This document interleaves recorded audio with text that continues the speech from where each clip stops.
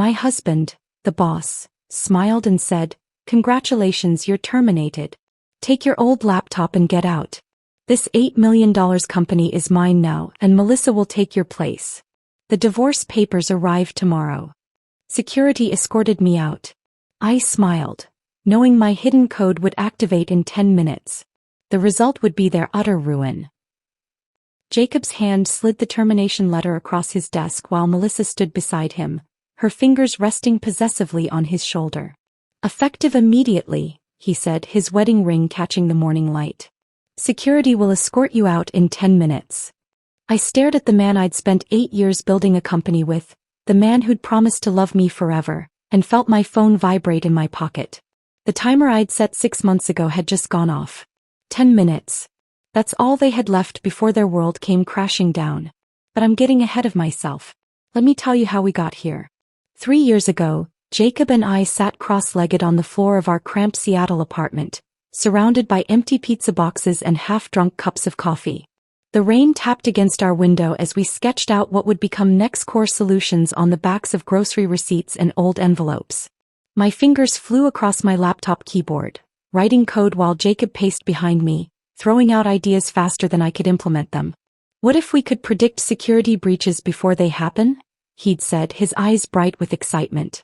"Not just react to them but actually see them coming?" I remember looking up at him, my glasses sliding down my nose. "I can build that," I told him. "Give me 3 months and I'll create something nobody's ever seen before." He'd kissed me then, right there among the chaos of our makeshift office. "This is why I love you, Brenda.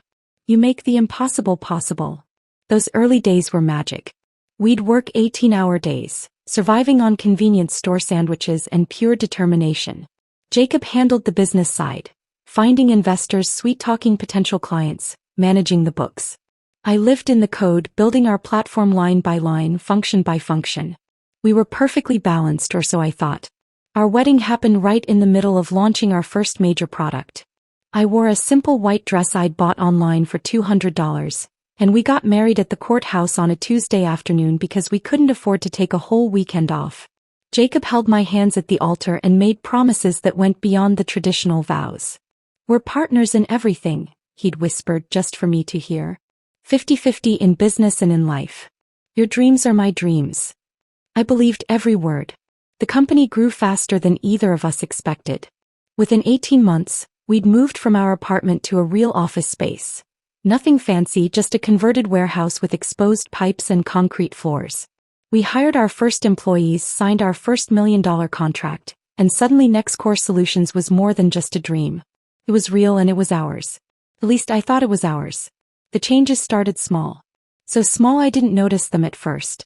During our Monday morning meetings, Jacob began interrupting me when I explained technical updates to our team. "What Brenda means is," he'd say, then proceed to explain my own work back to me in simpler terms. When I confronted him about it later, he'd laugh it off. "I'm just trying to help, honey. You know how you get lost in the technical details sometimes." Then came the client presentations. I'd spend days preparing demonstrations of our newest features, only to have Jacob present them himself while I sat silently beside him like a decorative piece. "Brenda's our technical genius," he'd tell clients with a patronizing smile. "She makes the magic happen behind the scenes." Behind the scenes. That's where he wanted me. The day Melissa Rodriguez walked into our office for her interview, I actually felt relieved. Finally, another woman in our boys' club of programmers and sales guys. She was sharp, professional, with an MBA from the University of Washington and 5 years of experience at Microsoft. Her references were impeccable. "She's perfect," I told Jacob after the interview. "She understands operations in a way we desperately need." He hired her the next day. Melissa fit into our company culture immediately. She reorganized our chaotic filing system, streamlined our client onboarding process, and somehow made our disaster of a supply closet actually functional. She brought homemade cookies to meetings and remembered everyone's birthdays. I thought I'd found a friend. The late nights started about 2 months after she joined. First, it was preparing for a major client pitch. Then it was restructuring the sales department. Then it was strategic planning for the next quarter. Always something urgent, always something that couldn't wait until morning. "You head home," Jacob would tell me around 7 o'clock. Melissa and I need to finish this revenue projection. Don't wait up. I'd drive home alone to our empty house. We'd finally saved enough for a down payment on a modest 3-bedroom in the suburbs. I'd heat up leftover Chinese food and fall asleep on the couch waiting for him, waking up when he crawled into bed at 2 or 3 in the morning, smelling like her perfume. "You're imagining things," he said when I finally worked up the courage to ask about it. "Melissa wears the same perfume half the women in Seattle wear. You're being paranoid." Was I? I started doubting myself, questioning my instincts. Maybe I was just tired. Maybe the stress of growing the company was making me see problems where there weren't any. After all, Jacob loved me. We'd built this company together. We were partners. The board meeting in September should have been my moment of triumph. I'd just completed a major platform upgrade that increased our processing speed by 300%. Our clients were ecstatic. But when Jacob presented to our investors, my breakthrough became a team effort led by our technical department. "Don't you mean led by Brenda?" Richard Thompson, our lead investor, had asked. Jacob laughed.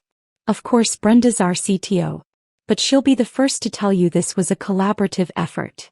I sat there, frozen, unable to contradict him in front of the board. Melissa took notes beside him, her expression neutral, professional. Just doing her job. That night I couldn't sleep. I lay beside Jacob, listening to his breathing, and realized something had fundamentally shifted. This wasn't our company anymore. Somewhere along the way it had become his company and I was just another employee who happened to share his bed. The next morning I started paying closer attention. I noticed how Melissa always positioned herself next to Jacob in meetings. How she'd touch his arm when she laughed at his jokes. How he'd started using we when talking about decisions, but the we meant him and Melissa, not him and me. I told myself I was being ridiculous, jealous, insecure. All the things Jacob accused me of being when I tried to talk to him about it. But deep down, in that place where we store truths we're not ready to face, I knew. My perfect life was already gone. I just hadn't admitted it yet. That October afternoon started like any other. I'd picked up Thai food from Jacob's favorite place downtown, the one with the red awning and the owner who always remembered our orders. Pad Thai, extra spicy, just how he liked it. I balanced the takeout bags in one hand and used my keycard with the other, heading straight for his corner office. It was 2:47 p.m. on a Thursday. I remember because I'd just checked my phone, making sure I wasn't interrupting his 3 o'clock conference call. His office door was cracked open. I could hear voices from the conference room down the hall, including Jacob's distinctive laugh. Good, his meeting had moved. I pushed the door open with my hip, ready to leave the food on his desk as a surprise. Melissa's silver laptop sat open on his desk, still logged in, the screen bright and demanding attention. I should have just closed it. Should have left the food and walked away. But there was something about seeing her personal computer in his private space that made me pause. The screen displayed her email, and the preview of the top message made my stomach tighten. "Can't wait for this weekend. The cabin is perfect for what we discussed." From Jacob's email address. I set the food down slowly, my eyes fixed on that screen. My finger hovered over the trackpad for just a second before I scrolled down. The next email's preview read, "Once Brenda's out, we can restructure everything." The Thai food smell suddenly made me nauseous. I sank into Jacob's chair and started reading. Really reading. Email after email, a correspondence stretching back 4 months. My husband and Melissa weren't just having an affair. They were planning a complete takeover of the company. My company. The platform I'd coded with my own hands. "The board trusts me completely," Jacob had written 3 weeks ago. "When I tell them Brenda's been unstable and her work is suffering, they'll support the termination. 48% ownership means nothing if she's voted out for cause." Melissa's response was even worse. "The documentation I've been creating will support that narrative. Every time she questions your decisions, I note it as aggressive behavior. Every time she works from home, it's absence without proper communication. We have enough." I grabbed my phone and started taking photos. Quick, sharp clicks of the camera capturing every damning word. My hands stayed steady even as my chest felt like it might explode. 23 photos. Then I heard footsteps in the hallway. I closed the laptop carefully, exactly as I'd found it, and was unwrapping the Thai food when Jacob walked in with 2 other executives. "Honey." His face lit up with what I now recognized as practiced affection. What a nice surprise. Thought you might be hungry, I managed, my voice somehow normal. Hi Tom. Hi David. They exchanged pleasantries while I played the loving wife, mentioning I had to get back to debugging the new security protocol. Jacob kissed my cheek, a performance for his colleagues, and I left, walking steadily until I reached the parking garage where I threw up beside my car. That night, I lay next to Jacob while he scrolled through his phone, occasionally chuckling at something. Was he texting her? Planning their weekend at some cabin? I studied his profile in the blue light of his screen, this stranger wearing my husband's face. Everything okay? He asked without looking at me. You were quiet at dinner. Just tired. The new protocol is complex. Maybe you should take a break. You've been pushing yourself pretty hard. There was the groundwork for my instability. I made a non-committal sound and turned away, my mind racing. They were planning to force me out, but when? How much time did I have? The next morning, after Jacob left for his gym session, I opened my laptop and began my real work. Not the security protocol, something far more important. I started documenting everything. Every contribution I'd made to the company, every piece of code I'd written, every innovation that had come from my work. I created encrypted folders, backed up to 3 different cloud services under accounts Jacob didn't know existed. Then I started recording. I bought a tiny voice recorder from a spy shop downtown, paying cash while wearing sunglasses like some character in a bad movie. But it worked. I recorded meetings where Jacob presented my ideas as his own. I recorded him telling potential investors that I was just the technical support, while he was the visionary. The hardest part was continuing to sleep next to him. Continuing to kiss him goodbye in the mornings. Continuing to pretend I didn't know he was destroying everything we'd built together while planning a future with another woman. Some nights, I'd lie awake until 3 or 4 in the morning, writing code on my laptop while he snored beside me. But this wasn't vengeful code. Not yet. This was protection. I embedded tracking protocols into every major system I'd built, invisible markers that would prove the code was mine. I created backup doors into the platform, not to harm it but to ensure I could prove my authorship if needed. Each line was carefully crafted to be completely undetectable during normal operations. You're working too much, Jacob said one morning, finding me asleep at my desk at home. Maybe we should talk about reducing your responsibilities. Another brick in their wall. I started seeing Dr. Patricia Reeves, a therapist in Tacoma, far enough away that I wouldn't run into anyone from work. I paid cash, gave a fake last name and poured out my story to a stranger who handed me tissues and told me I wasn't crazy. Gaslighting, she said during our 3rd session. What you're describing is textbook emotional manipulation. But what if I'm wrong? What if I'm just being paranoid? She looked at me over her glasses. You have photographic evidence of their affair and conspiracy. That's not paranoia. That's pattern recognition. November turned into December. The company holiday party was torture. Watching Jacob and Melissa carefully maintain professional distance while their eyes found each other across the room. I wore my best dress and smiled until my face hurt, playing the devoted wife and dedicated C. Brenda's the heart of our technical team, Jacob told everyone during his toast. Past tense, I noticed. Not is creating or is building. Just the heart, something that could be replaced. 2 weeks before Christmas, I heard them on a conference call they didn't know I was part of. I dialed in early to a board meeting and they were using the line, thinking they were alone. After the new year, Jacob was saying. We'll do it in January. Clean start. The divorce papers? Melissa asked. Same day. Rip the band-aid off. By February you'll officially be COO, and we can stop sneaking around. I muted my line and listened to them plan my professional and personal execution, taking notes in my encrypted journal. January.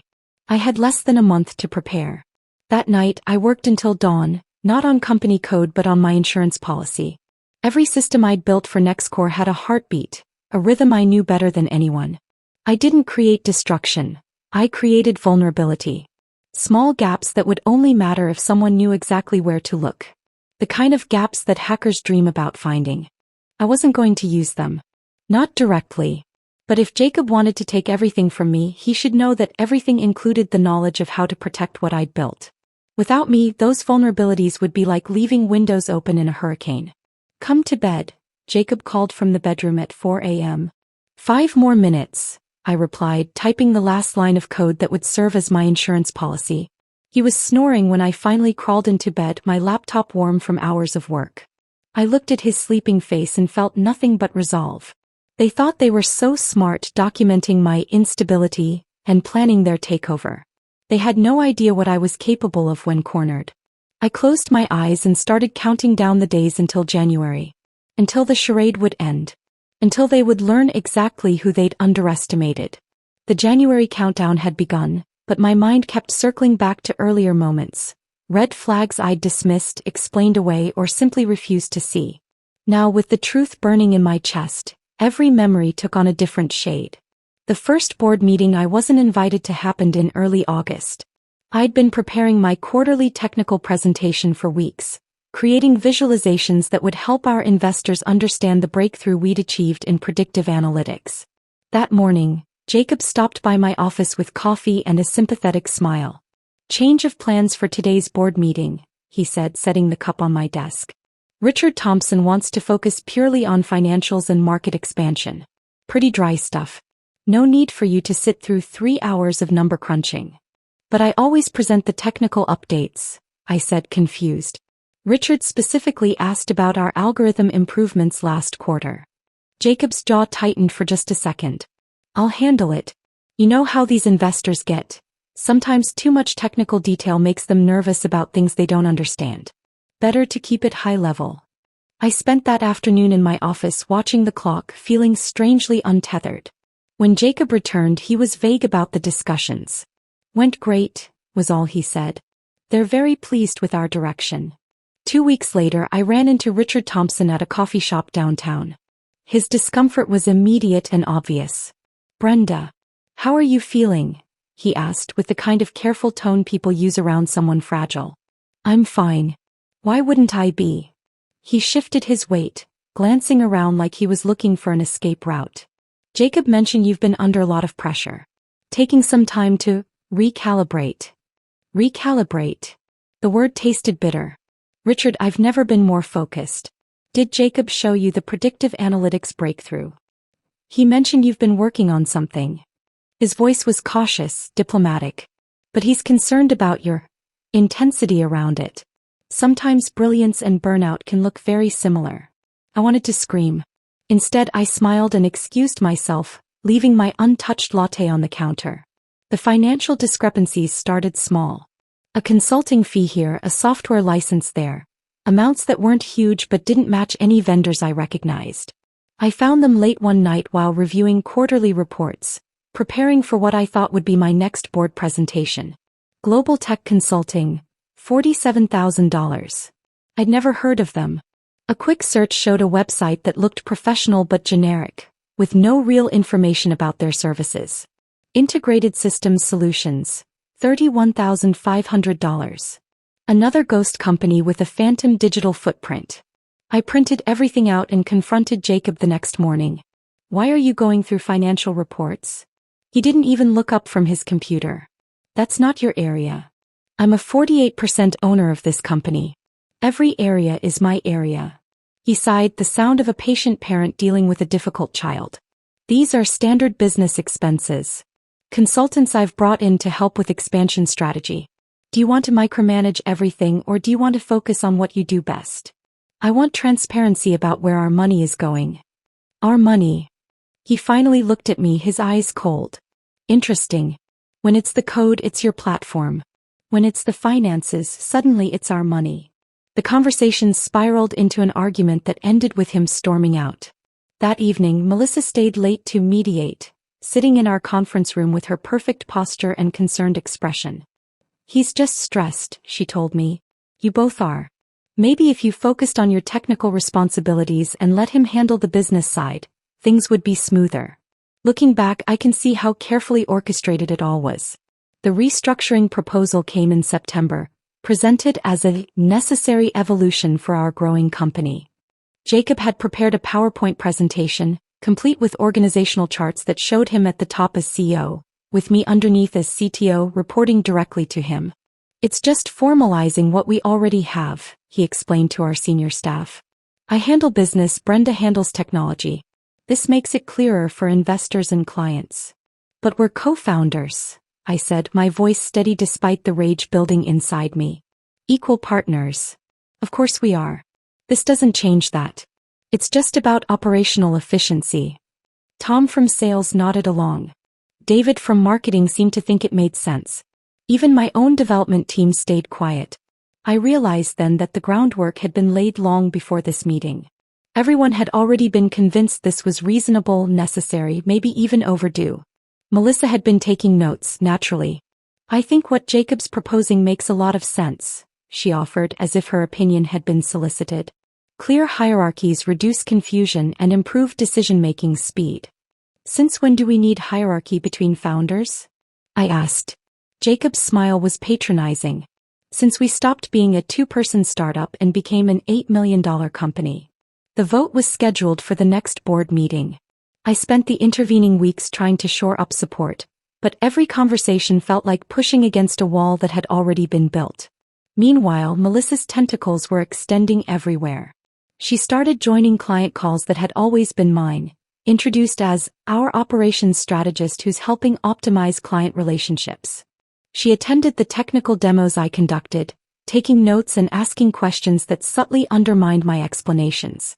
When Brenda says revolutionary, what she means is incrementally improved, she'd clarify to clients, her tone helpful and professional. We want to manage expectations appropriately. She began copying herself on emails between me and my development team, just to stay in the loop. She scheduled one-on-ones with my direct reports to understand their challenges better.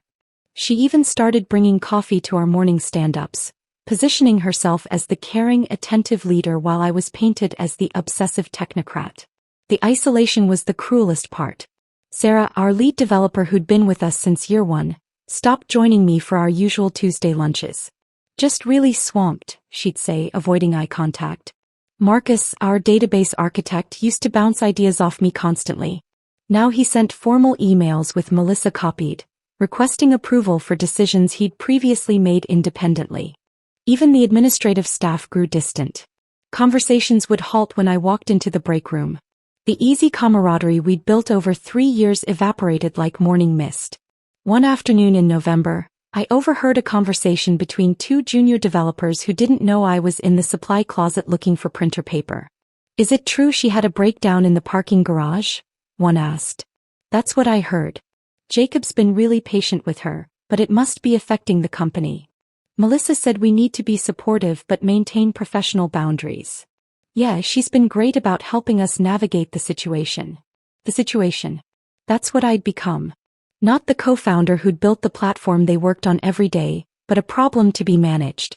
I sat in that supply closet for 20 minutes, surrounded by boxes of paper and toner cartridges, understanding finally how completely I'd been outmaneuvered.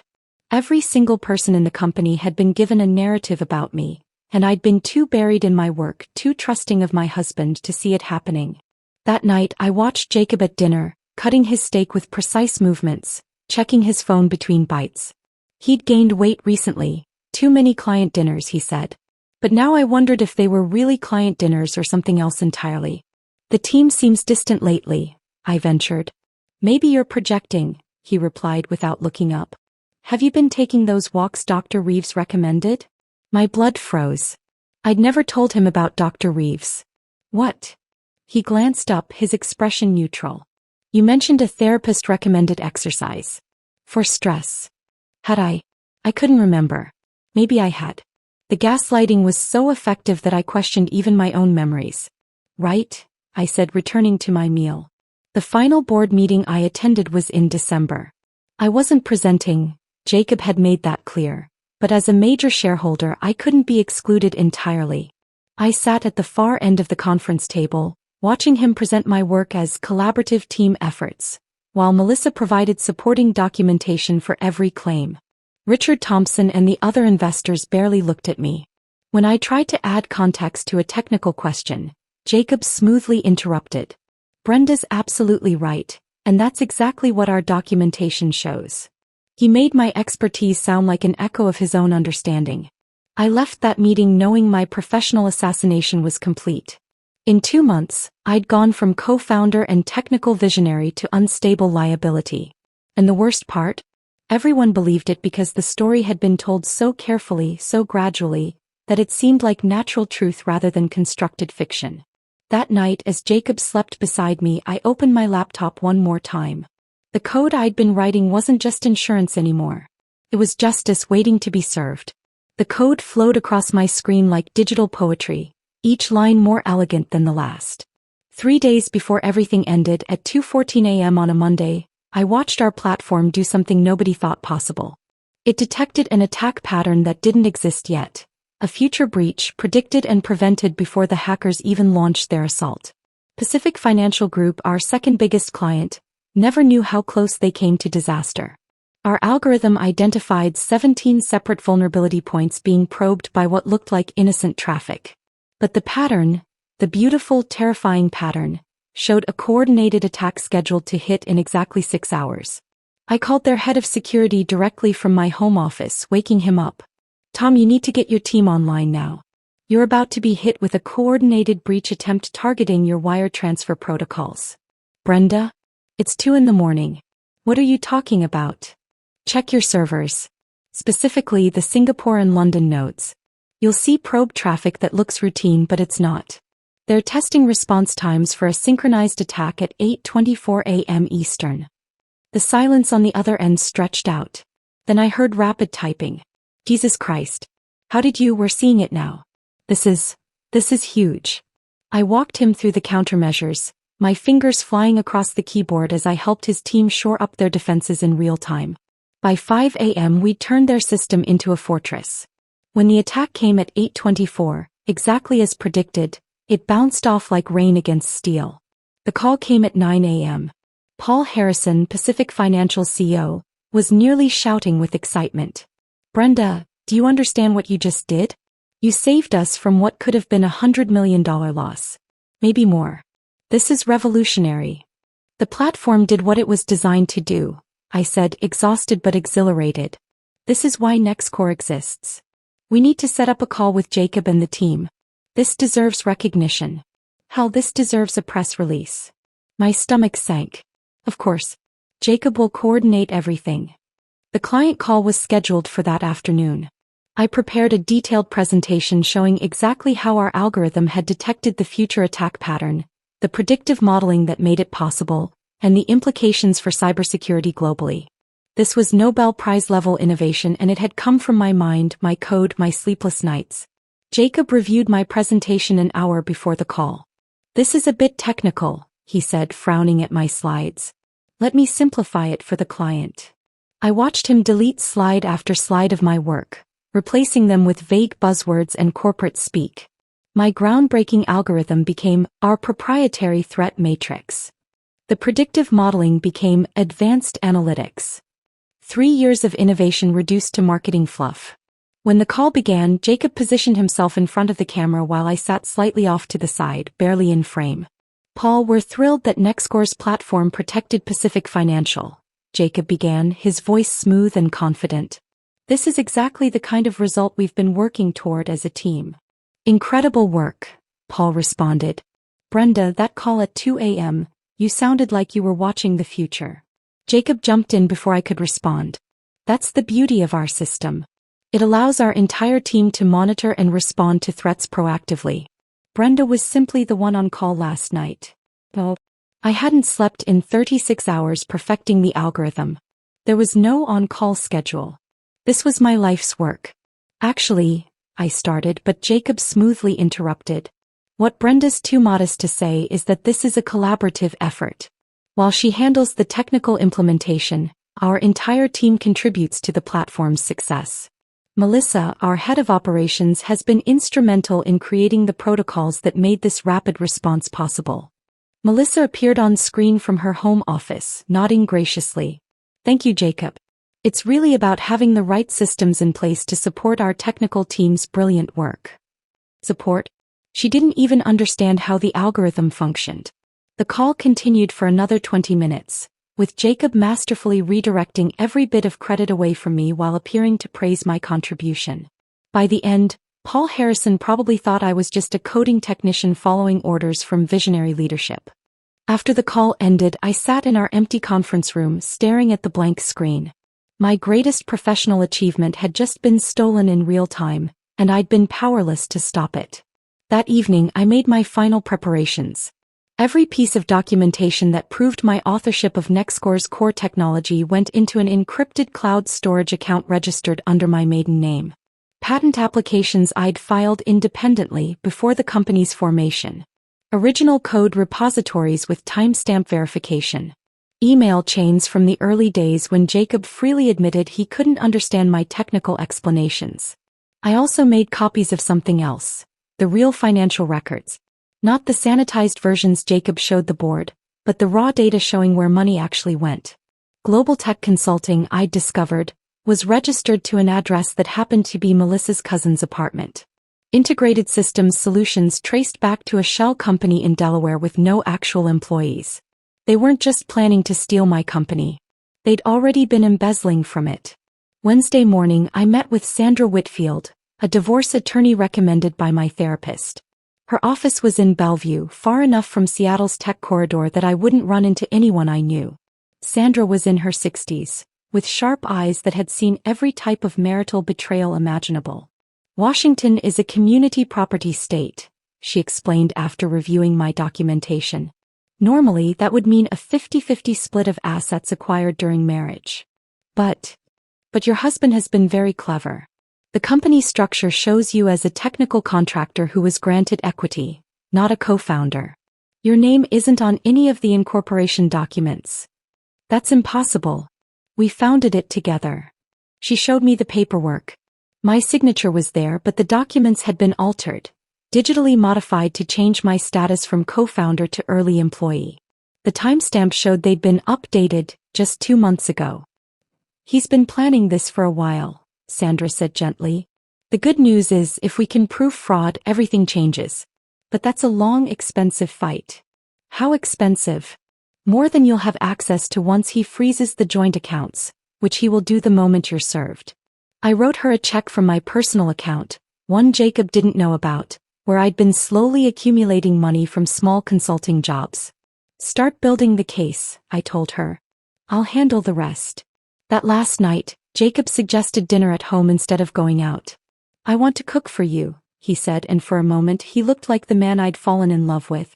The one who'd stayed up all night with me debugging code, who'd celebrated every small victory with genuine joy.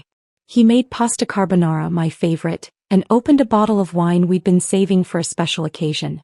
We sat at our dining room table, the one we'd bought at a garage sale our first year together, and refinished ourselves. Remember when we could barely afford ramen? He said, raising his glass. Look how far we've come. We've built something amazing, I agreed, clinking my glass against his. He reached across the table and took my hand. I know things have been tense lately.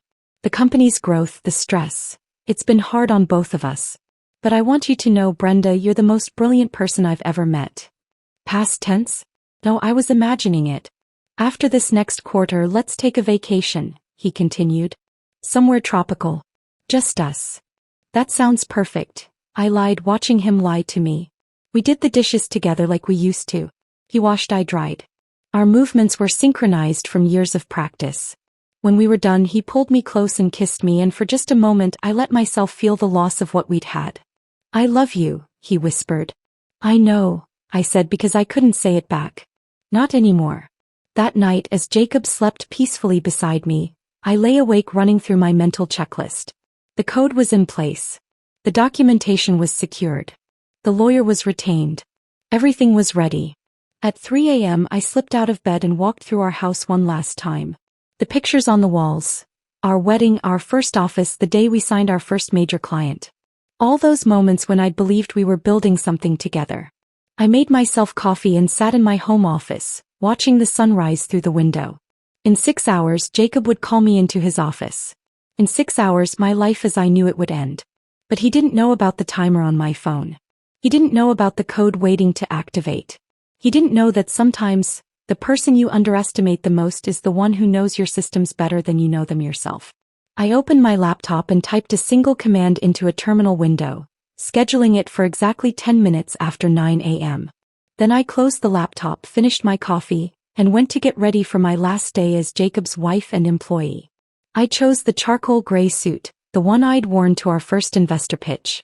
My hands were steady as I buttoned the jacket, applied lipstick without a tremor, and slipped on the watch Jacob had given me for our 5th anniversary.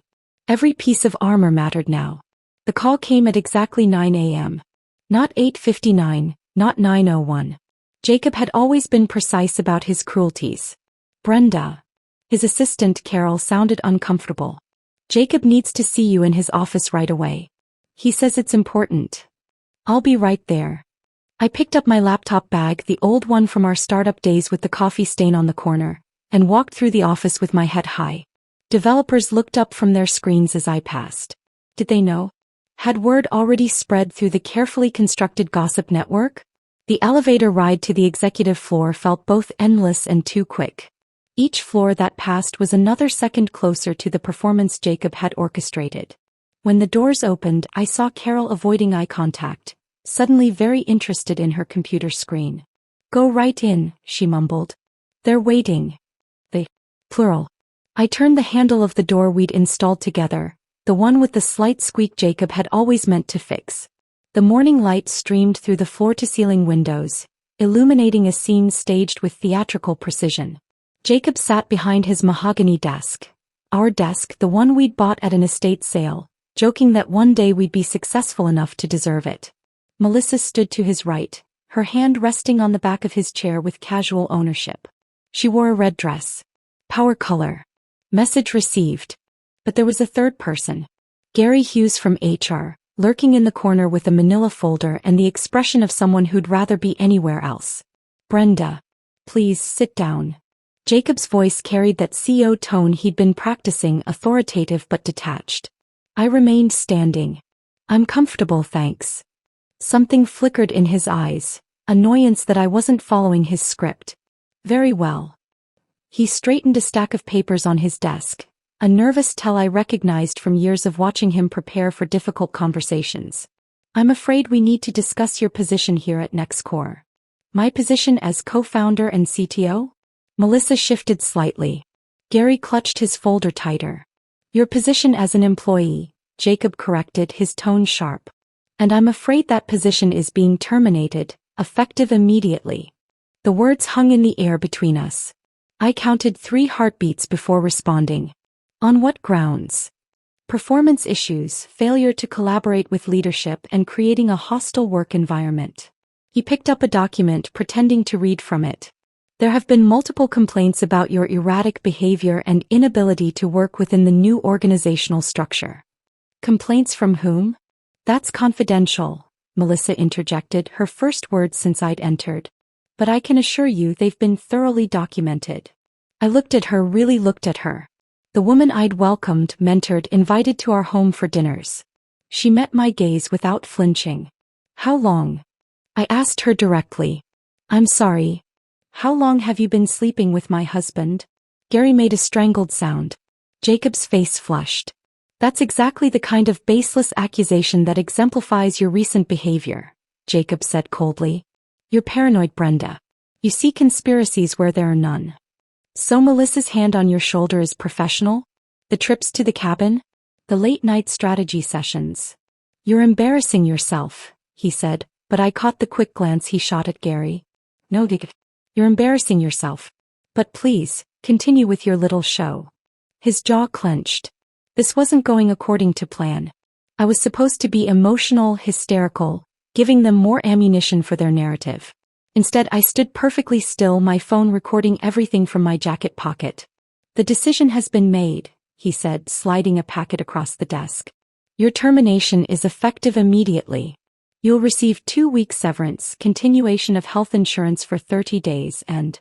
He paused, that cruel smile finally breaking through. You can keep your old laptop. The one from the early days. Call it sentimental value. The laptop. My 2019 MacBook Pro that contained every original line of code, every algorithm, every innovation that built this company. He thought he was being magnanimous, throwing scraps to the woman he'd destroyed. He had no idea he was handing me a loaded weapon. That's generous, I said flatly. We think so, Melissa chimed in. Considering the circumstances. The circumstances being that you're stealing my company? Nobody's stealing anything, Jacob said, his voice taking on an edge of warning. You're a minority shareholder who's being removed from operational duties due to documented performance issues. Your equity remains intact, though of course its value will depend on the company's continued success under new leadership. New leadership being Melissa? The board will make that determination. The board he'd been poisoning against me for months. The board that would rubber stamp whatever he recommended. Is that everything? I asked. Jacob seemed surprised by my calm. He'd prepared for tears, anger, pleading. Not this cold acceptance. Not quite. His smile widened and I saw the man behind the mask. The one who'd been planning this for months, maybe longer. There's one more matter. Personal in nature. He pulled out another envelope, this one with a law firm's logo in the corner. I've filed for divorce.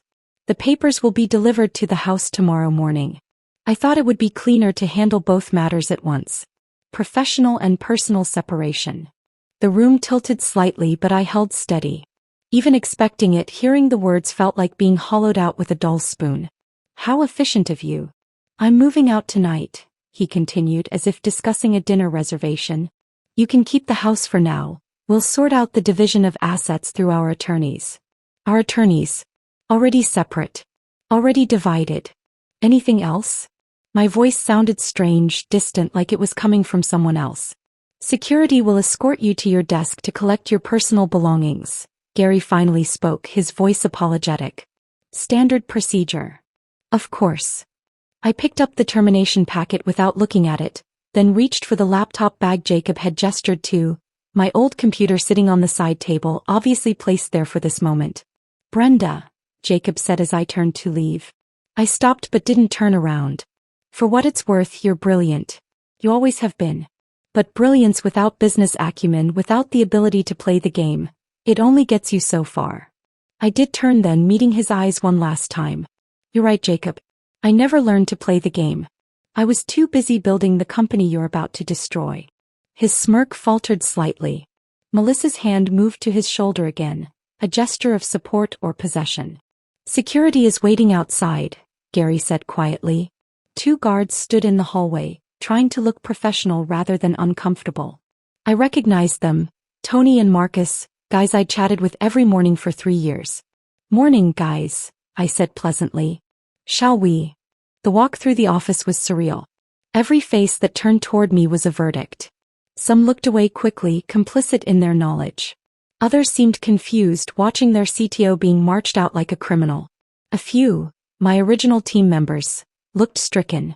Sarah half stood from her desk as I passed. I shook my head slightly and she sank back down. At my office, former office, I was given 10 minutes to pack. I made a show of slowly placing personal items in a box. The coffee mug from our first successful product launch, a photo of the original team, the stress ball shaped like a bug that developers had given me as a joke. I left everything important. The awards, the certificates, the framed first dollar we'd earned. Let them gather dust as monuments to what Jacob had destroyed. That's everything, I told Tony, who looked like he wanted to apologize but couldn't. The elevator ride down felt like descending from a life I'd never get back. Through the lobby, past the reception desk where Emma watched with wide eyes, out through the glass doors I'd helped select because they represented transparency and openness. The January air hit my face, sharp and clean. Behind me, the building rose into the gray Seattle sky, containing everything I'd built and lost in the span of 3 years. My phone buzzed. A text from an unknown number. Check your email, Melissa. I deleted it without reading whatever gloating message she'd sent. Another buzz. This time my calendar notification. System maintenance 10 minutes. I looked back at the building one more time, then walked to my car, placing the laptop bag carefully in the passenger seat. 10 minutes until the code activated. 10 minutes until they learned what happens when you steal from someone who built the very foundation you're standing on. My car sat in the parking garage like a refuge, but I couldn't bring myself to get in yet.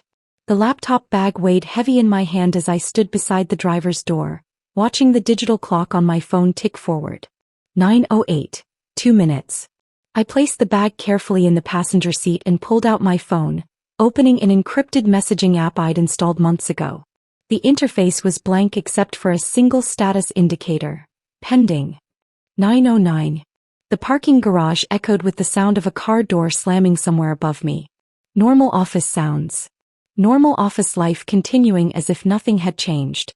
As if the company's entire digital infrastructure wasn't about to shift beneath their feet like tectonic plates. The concrete pillar next to my car had a small crack running through it. I'd noticed it the day we'd moved into this building, joked with Jacob that it was a metaphor for how we'd break through barriers. Now it looked like a fault line ready to split wide open. 9:10. My phone vibrated once. The status indicator changed from pending to active. Then, a cascade of automated messages began flooding a hidden partition on my device. Firewall rules modified, port 443. Authentication timeout adjusted 30 seconds. Log rotation accelerated 2-minute intervals. Backup verification disabled. System monitoring delays implemented. Each message represented a tiny adjustment, individually meaningless, collectively devastating. Like loosening bolts on a bridge 1/4 turn at a time, the structure would hold until the exact moment it wouldn't. I finally got into my car but didn't start the engine. Instead, I drove up the garage ramps slowly, windows down, listening. By the time I reached street level, I could already hear it, the subtle shift in the building's rhythm. A few more people than usual were visible through the ground floor windows, walking with purpose that bordered on urgency. The rain had started while I was inside, that particular Seattle drizzle that couldn't decide if it wanted to be mist or actual precipitation. I pulled into a loading zone across the street, hazard lights blinking, and got out. The rain felt good on my face, washing away the sterile office air, the smell of Jacob's cologne, the suffocating weight of manufactured corporate dignity. I stood on the sidewalk, tilting my face up to the gray sky, and for the first time in months I felt free. No more pretending to be asleep when Jacob crept into bed at 3 a.m. No more forcing smiles in meetings while my work was stolen. No more swallowing my voice to maintain a peace that was already shattered. My phone buzzed again. Another status update. External probe detected, source Moscow. Right on schedule. The vulnerabilities I'd created were like blood in the water, and the sharks were already circling. But they weren't random hackers. They were professionals who monitored for exactly these kinds of openings. A cybersecurity company suddenly showing weakness was like a bank leaving its vault door ajar. Through the rain-streaked air, I could see more clearly now. The lobby, usually calm with its minimalist furniture and gentle water feature, was becoming animated. The security guard who'd been reading a newspaper was now on his phone, gesturing urgently. The receptionist was typing frantically, probably fielding calls from clients whose systems were showing anomalies. 9:14. A group of developers rushed past the windows, heading toward the elevator banks. I recognized 2 of them from my former team. They were practically running. My phone showed why. Database response time increased 400%, cascading delays initiated. The code wasn't destroying anything, not directly. It was simply making the system work against itself. Every security check now took 4 times as long, which made the next process wait, which created a bottleneck, which triggered more security checks. An elegant spiral of dysfunction. 3 people burst out of the building's main entrance, phones pressed to their ears. One was Gary from HR, his folder forgotten, looking like someone had just told him the building was on fire. In a way it was. No. I heard him saying into his phone. The entire client portal is down. They can't access anything. The client portal, the crown jewel of our service, where Fortune 500 companies monitored their security in real time. If that was down, phone lines would be lighting up like Christmas trees. 9:16. More people were visible through the windows now, moving between floors with increasing speed. Someone dropped a stack of papers near the window and nobody stopped to help pick them up. The careful corporate choreography was breaking down. My phone showed a new development. Beijing probe detected. London probe detected. Sao Paulo probe detected. The international hacker community had noticed. Nexcore, the company that promised to predict and prevent cyber attacks, was suddenly broadcasting its own vulnerability to anyone with the skills to look. It was like watching a shepherd realize his guard dogs had turned into sheep. A taxi pulled up beside me, the driver rolling down his window. "You okay, miss? You're getting soaked." "I'm perfect," I told him and meant it. He shook his head and drove off, probably thinking I was crazy. Maybe I was. Standing in the rain, watching my ex-husband's empire begin to crumble, feeling nothing but calm satisfaction. Sanity was relative. 9:18. The lobby was chaos now. I could see Jacob himself, having descended from his executive floor throne, standing near the reception desk and gesturing wildly. His perfect CEO composure was cracking. Melissa was beside him, her red power dress looking less powerful now, more like a target.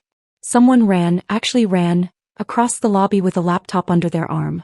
The elevators were constantly in motion, lights indicating every floor as teams scrambled to respond to a threat they couldn't understand. My phone provided running commentary. SSL certificate validation failing intermittently. Memory leak in authentication service expanding. Moscow probe successful, admin credentials harvested. That last one made me smile.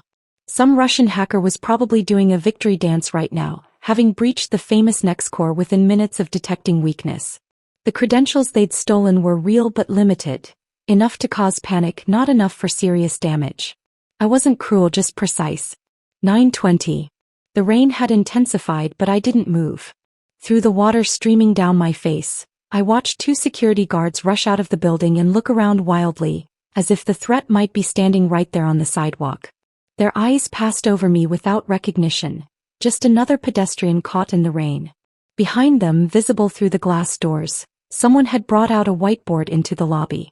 They were trying to coordinate their response visually since the digital systems were becoming unreliable. It was almost quaint, like watching someone try to stop a flood with paper towels. Jacob was on his phone now, pacing back and forth. Even from across the street, I could see the tension in his shoulders, the way he kept running his hand through his hair. His tell when things were spiraling beyond his control. How many times had I seen that gesture during our startup days? Except back then I'd been the one who fixed whatever was broken. 9:22. A news van pulled up to the building faster than I'd expected. Someone inside must have tipped them off. A cybersecurity company under active attack was the kind of tech story that got immediate attention. The reporter was still adjusting her rain jacket as her cameraman set up his equipment. My phone buzzed with a text from an unknown number. Probably Melissa or Jacob trying to reach me on a different line. I deleted it without reading. Then another buzz. Tel Aviv probe detected. Mumbai probe successful. Toronto infiltration in progress. The whole world was watching Nexcore burn, and they were all bringing marshmallows. Through the chaos, I spotted Sarah at her desk on the third floor, visible through the rain-washed windows. She wasn't running around like the others. She was sitting very still, staring at her screen. He knew. Maybe not the specifics, but she knew this wasn't random. Our eyes met across the distance and through the rain, and she pressed her hand against the window. A goodbye, or maybe an apology for the Tuesday lunches that stopped, for the friendship that withered under corporate pressure. I raised my hand in response, then turned and walked back to my car. 9:24. As I drove away, I could see the first police car arriving in my rearview mirror, followed by another news van. By tonight, Nexcore would be trending on every tech platform. Cybersecurity giant falls to cyber attack. The headlines would write themselves. The rain drummed against my windshield as I merged into traffic, leaving the chaos behind. My phone continued buzzing with status updates, each one confirming that the code was working exactly as designed. Not destroying, just revealing. Not attacking, just opening doors that should have been locked. Everything Jacob had built on the foundation of my work was crumbling, and he couldn't even call me to fix it. The irony was beautiful enough to make me laugh, a sound that surprised me with its genuineness. For the first time in months, I was actually, truly laughing. The laughter died in my throat as my phone erupted with calls. Not the gentle buzz of notifications anymore. Actual calls, the old-fashioned kind that demanded immediate attention. The first name on the screen made my blood run cold. Richard Thompson. I pulled into a coffee shop parking lot, rain still hammering the roof of my car, and stared at his name flashing on the screen. 12 rings before it went to voicemail. Immediately it started again. This time I answered. Brenda.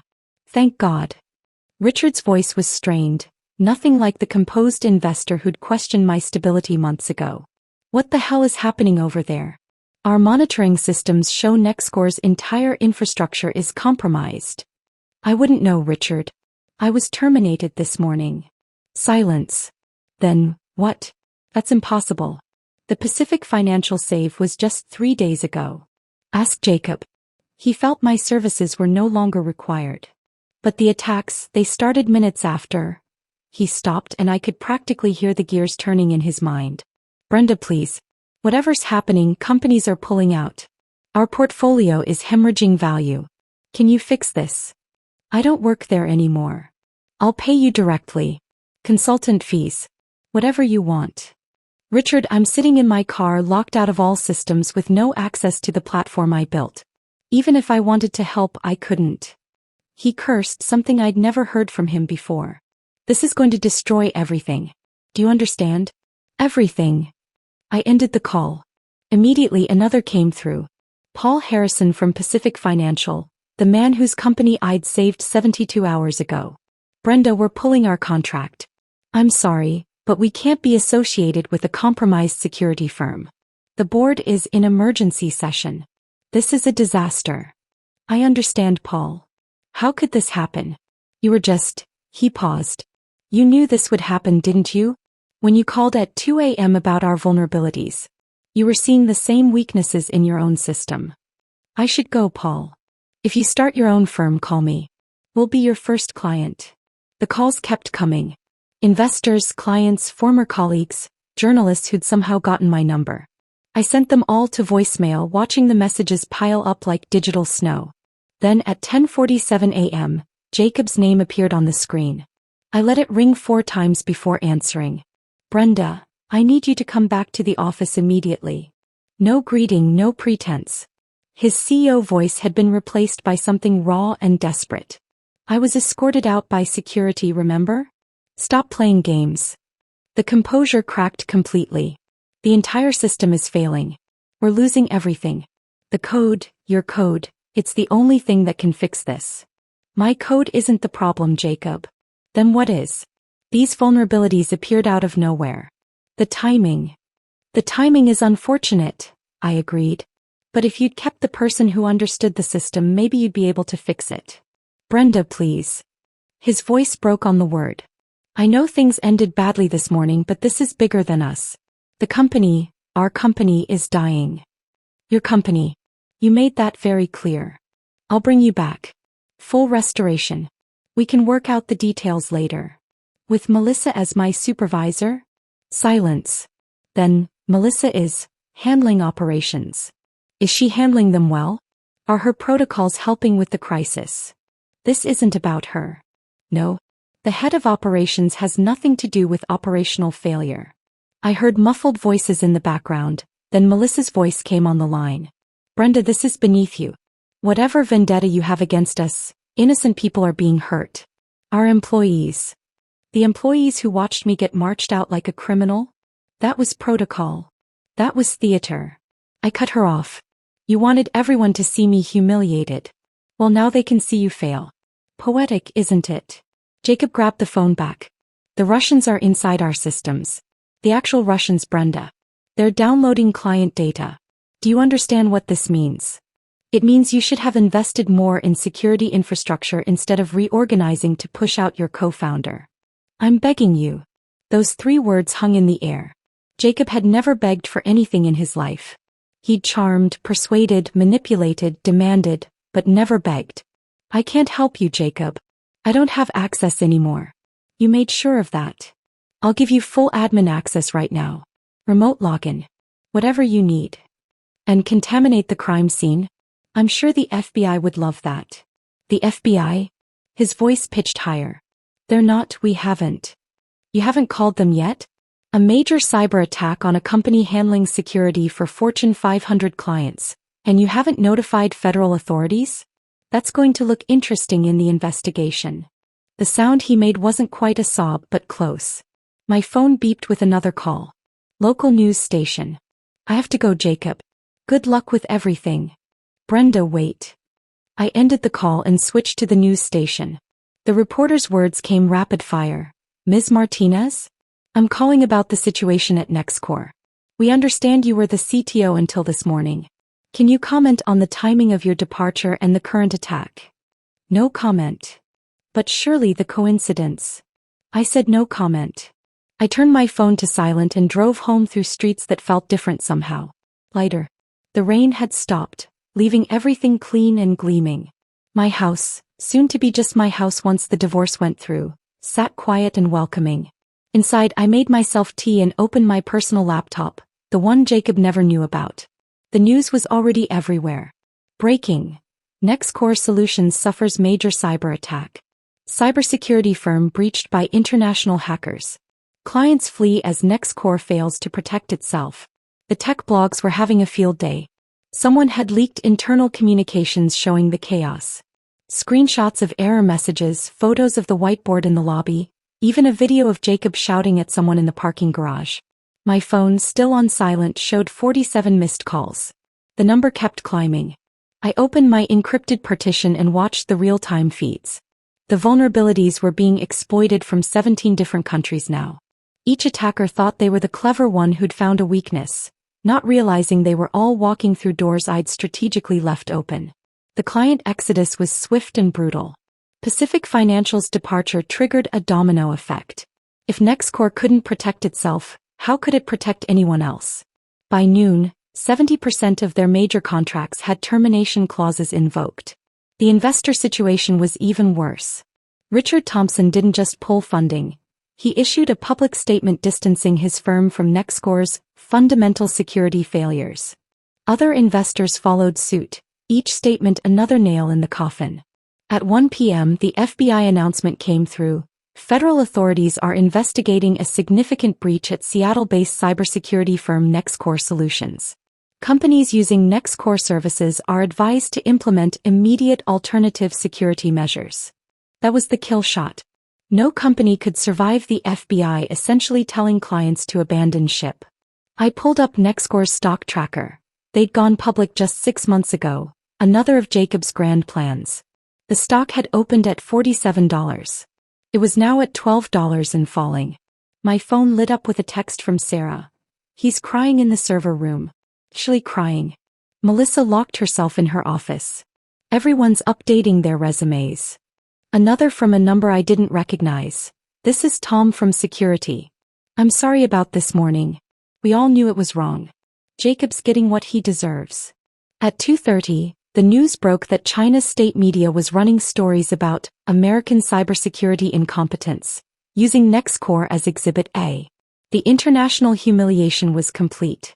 I closed my laptop and made another cup of tea.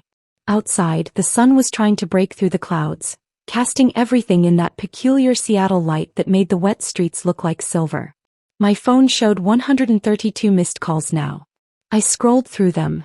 Investors, clients, media, numbers I didn't recognize. And there, recurring like a desperate heartbeat, Jacob. Each unanswered call was a small victory, a tiny reversal of every time he'd dismissed me, talked over me, stolen credit for my work. He'd wanted to erase me from the company's story. Instead, my absence was the story. The local evening news led with Nexcore. They'd found a photo of Jacob from a tech conference where he'd given a speech about impenetrable security just 2 weeks ago. The irony wasn't lost on anyone. The question everyone's asking, the anchor said, is how a cybersecurity company could be so vulnerable to the very threats it claimed to prevent. Former employees, speaking on condition of anonymity, report that the company's co-founder and technical architect was terminated just minutes before the attack began. They showed my LinkedIn photo, the professional one where I'm half smiling, looking confident and capable. Brenda Martinez could not be reached for comment. No, I couldn't. I was too busy watching an empire burn one line of code at a time. The call from Global EC came 3 days after Nexcore's implosion made headlines. I was sitting in my home office, still in my pajamas at noon, when their CEO personally reached out. Ms. Martinez? This is David from Global EC. I'll be direct. We need someone who actually understands predictive threat detection, and your work at Pacific Financial speaks for itself. Are you available for consulting? My first instinct was to say no. I needed time to process everything. But then I remembered the mortgage payment, the lawyer fees, the reality of starting over at 38. I'm listening. $5,000 a day, minimum 10-day contract, Possibility of extension. We need our systems audited yesterday. I nearly dropped my coffee. That was more than I'd made in a month at Nexcore. When do you need me? Can you start tomorrow? That's how my freelance career began. Not with careful planning but with desperate companies suddenly realizing their cybersecurity might have holes only I could see. Word spread quickly in Seattle's tech community. The woman who'd saved Pacific Financial was available, and everyone wanted to ensure they weren't the next Nexcore. My second client called while I was still working on global SEC's audit. Then a third. Within 2 weeks, I had more work than I could handle and was turning down contracts. The bitter irony wasn't lost on me. Jacob had tried to erase my professional existence, but instead he'd made me legendary. The mysterious CTO who'd left just before the catastrophe, the only one who could have prevented it. I set up a proper home office in what used to be Jacob's study. Removed his pretentious leather-bound books he'd never read, his awards for business excellence that now seemed like jokes. Replaced them with multiple monitors, a proper server setup, and a coffee machine that could sustain me through 18-hour days. The industry publications became my guilty pleasure. Every morning with my first cup of coffee, I'd read the latest updates on Nexcore's collapse. Nexcore loses 3 more major clients. Inside the chaos, former employees describe toxic leadership. From 8 million to nothing. A cautionary tale. TechCrunch ran a particularly devastating piece featuring anonymous interviews with former employees. Someone, I suspected Sarah, had detailed how Jacob had systematically undermined his co-founder before the attack. The comment section was brutal. Classic case of ego over expertise, one commenter wrote. You don't fire your technical architect and expect to survive in cybersecurity. The Seattle Times business section featured a timeline of Nexcore's downfall, complete with a graph showing the stock price plummeting. They'd managed to get a photo of Jacob leaving the office, and he looked like he'd aged 10 years in 2 months. Gray stubble, wrinkled shirt, the hollow eyes of someone who hadn't slept properly in weeks. 6 weeks after the attack, Melissa's departure made the news. Not a grand announcement, just a small item in the tech gossip section. Head of Operations Melissa Rodriguez exits Nexcore amid ongoing crisis. Sarah texted me that night, you should have seen it. Jacob called her incompetent in front of everyone. Said her operational excellence had failed to prevent the breach. She threw her company laptop at him. Security had to separate them. I felt a twist of something, not sympathy exactly but recognition. Melissa had thought she was special, that she was different from me. Now she was learning what it felt like to be discarded when things got difficult. Her LinkedIn profile disappeared entirely 2 days later. When someone tried to hire her at a startup, a simple Google search brought up dozens of articles linking her to Nexcore's failure. He was radioactive. The divorce papers arrived on a Thursday morning, delivered by a nervous process server who seemed relieved when I simply signed for them. Sandra, my attorney, reviewed them that afternoon. He's not fighting for anything, she said, seeming puzzled. The house is yours, the joint accounts get split 50-50, and he's waiving any claim to your future earnings. What about Nexcore shares? She laughed, but it wasn't happy. What shares? The company's worthless. Your 48% of nothing is still nothing. The financial statements she showed me were staggering. Nexcore, once valued at 8 million, was now worth less than 2 million and falling. The office lease alone was worth more than the company's assets. He's trying to sell, Sandra added. Word is he's shopping it around for pennies on the dollar, but no one's biting. Who wants a cybersecurity company known for being catastrophically hacked? Jacob tried calling me once during the divorce proceedings. I answered because Sandra advised me to document any contact. Brenda. His voice was flat, exhausted. I'm not calling about the company. Then why are you calling? I wanted to apologize. I said nothing, letting the silence stretch. I know what I did was wrong. The way I treated you, the way I ended things. I got caught up in the growth, the success, the image of being this powerful CEO. Melissa made me feel like I could be someone more important than I was. And now I'm nobody. The board forced me to step down as CEO. I'm a figurehead with a worthless title and worthless shares in a worthless company. You're looking for sympathy? No. I'm looking for, I don't know, closure? Forgiveness. I can't give you either of those things, Jacob. I know. I just wanted you to know that I understand now. What I threw away. What I destroyed. You were the soul of the company and I cut it out. Yes, I said simply. You did. The line went quiet except for his breathing. The code, he said finally. The vulnerabilities. They were too perfect, too targeted. Are you accusing me of something? No. I'm saying I understand. And if I were in your position I probably would have done the same thing. Or worse. I have to go, Jacob. Yeah. Take care, Brenda. That was the last time we spoke directly. The divorce was finalized a month later. I kept my maiden name on all the paperwork. Martinez, not his surname that I'd never legally taken anyway despite his assumptions. Meanwhile, Nexcore continued its death spiral. Employees jumped ship daily. The Seattle office, once bustling with 60 people, was down to 15. They'd already shut down the Portland satellite office and were trying to sublease the Seattle space. The final nail came when the FBI investigation concluded. While they found no evidence of internal sabotage, my code was far too elegant for that. They did find evidence of financial irregularities. Those phantom companies Jacob and Melissa had been paying? The FBI was very interested in those. Richard Thompson called me one last time as Nexcore entered its final days. We're writing it off as a complete loss, he said. $8 million gone. My partners want to know how I could have been so blind. You saw what Jacob wanted you to see. No, I saw what I wanted to see. A charismatic male CEO with a beautiful girlfriend and a convenient technical partner who did the real work. It's the oldest story in tech and I fell for it. What happens now? Bankruptcy. The assets will be sold off. The platform you built will probably be bought by someone who understands its value. Pennies on the dollar. And Jacob? Unemployable in tech. Between the failure and the FBI investigation, he's done. Last I heard, he was moving back to Ohio to live with his parents. Ohio. Where he'd started, where he'd sworn he'd never return. The ambitious boy from Columbus who was going to conquer Seattle's tech scene was going home defeated. My consulting business, meanwhile, was thriving. I'd incorporated as SecureGuard Solutions, a name that felt both protective and powerful. In 2 months, I'd made more than my annual salary at Nexcore. Companies didn't just want my expertise. They wanted the woman who'd survived the industry's most spectacular betrayal. One evening, while reviewing a contract that would take me to San Francisco for a week, I got a text from an unknown number. The message was simple. The office is empty now. They're changing the locks tomorrow. I knew it was Sarah. I also knew what she was really telling me. An era was officially over. The company we'd built, the dream we'd shared, was dead. I poured myself a glass of wine and stood on my deck, looking out at the Seattle skyline.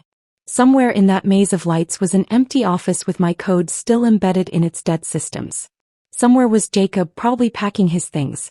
Somewhere was Melissa, trying to figure out how to rebuild a career that had turned to ash.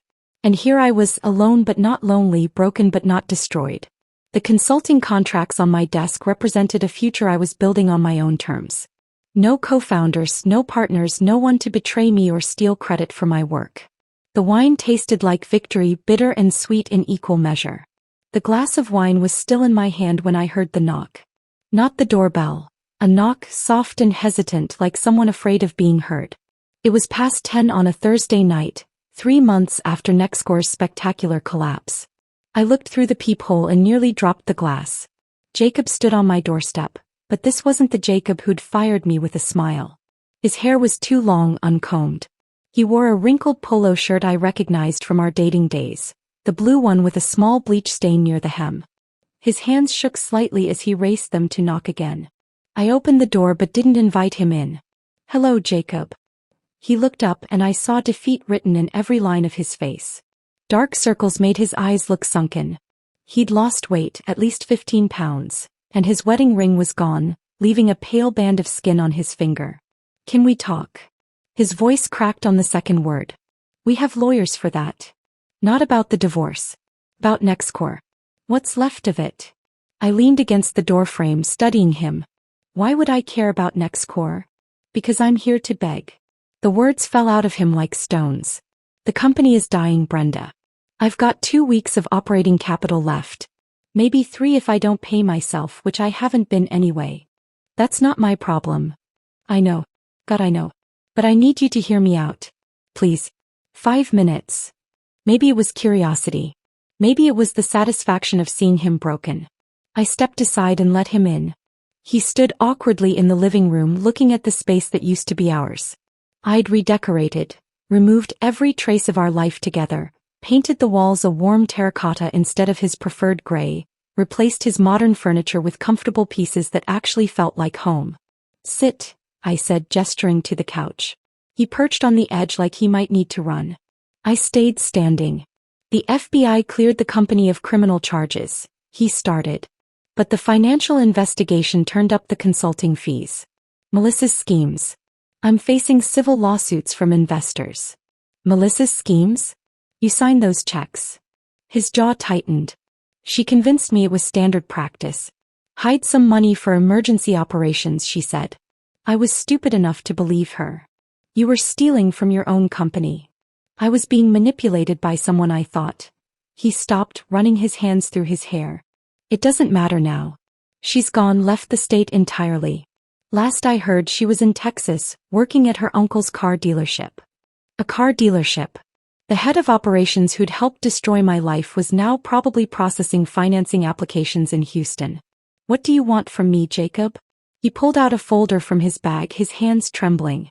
I want to offer you 48% ownership of Nexcore. Full shareholder rights, board position, complete technical autonomy.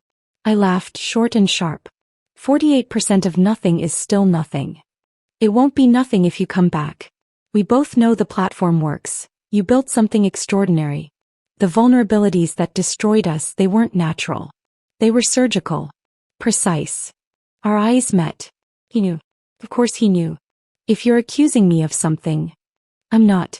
I'm saying that someone who could create those vulnerabilities could also fix them. Permanently. Make the platform stronger than ever. Why only 48%? Why not 50%? Because I need to maintain technical control for the investors. But you'd have veto power on any major decision. You'd essentially be equal partner, just like... He swallowed. Just like we always should have been. I walked to the window, looking out at the city lights, making him wait. The satisfaction of this moment. Him begging, offering me everything I'd wanted, should have felt better. Instead I felt hollow. Melissa is gone? I asked without turning. Completely. I'll put it in writing. She's banned from any involvement with the company forever. And my technical decisions? Absolute authority. I won't even have access to the core systems if you don't want me to. The employees who remain, do they know you're here? The 12 people left. They're the ones who told me to come.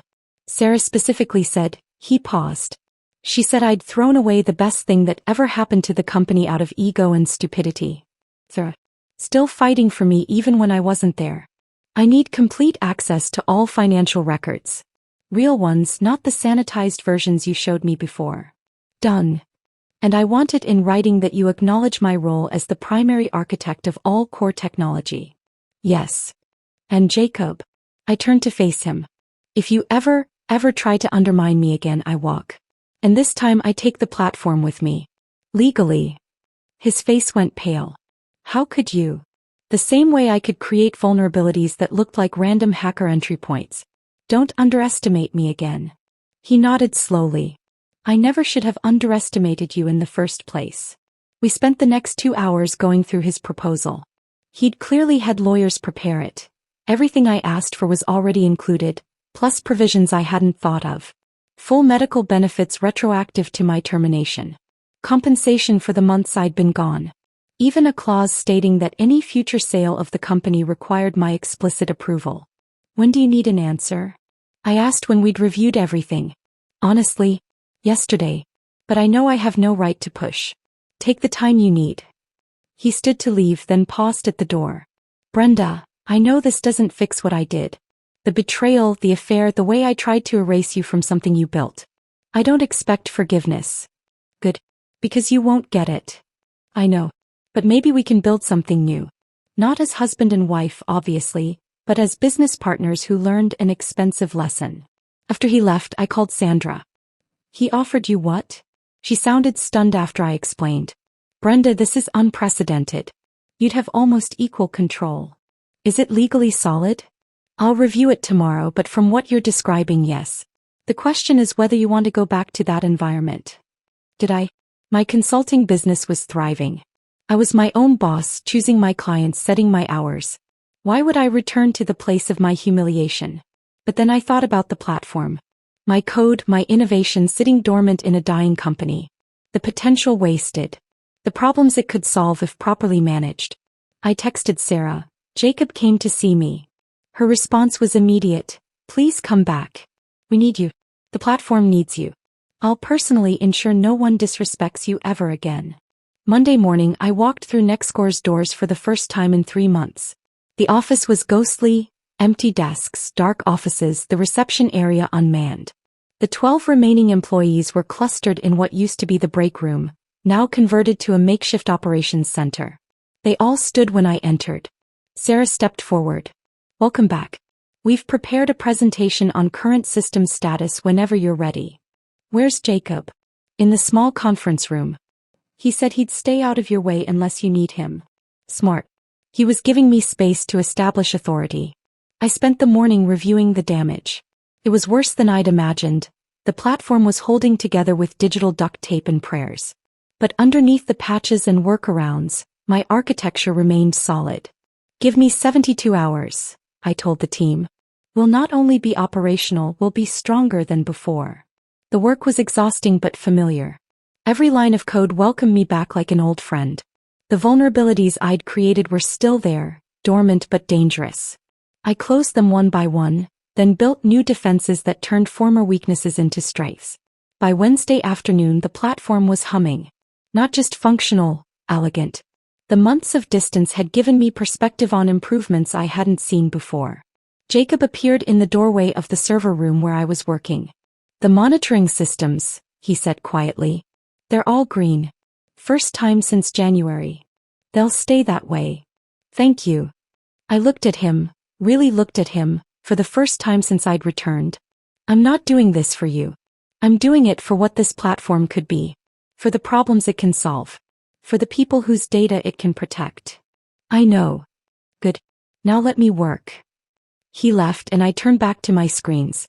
The code flowed like it had in the early days back when we were building dreams on coffee-stained napkins. Except now I was building something better. Something truly mine.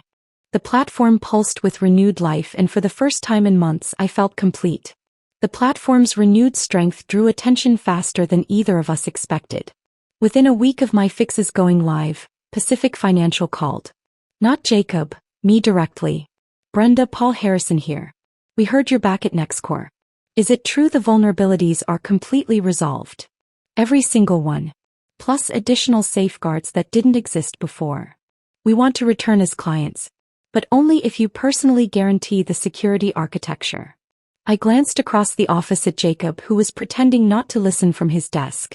Send the contract to my attention. I'll review it personally. The first board meeting with my new authority was scheduled for the following Monday. I arrived early, choosing my seat carefully, not at the head where Jacob traditionally sat, but at the position directly opposite him. Equal and opposing. The message was clear. Richard Thompson arrived first, his surprise evident when he saw me. Brenda. I heard you were back, but I wasn't sure I believed it. 48% ownership makes it worthwhile, I said simply. His eyebrows rose. 48? That's one board vote away from control, Jacob said, entering the room. He looked better than he had at my door, clean-shaven, pressed shirt, but the confidence was gone. Brenda has full technical authority and veto power on major decisions.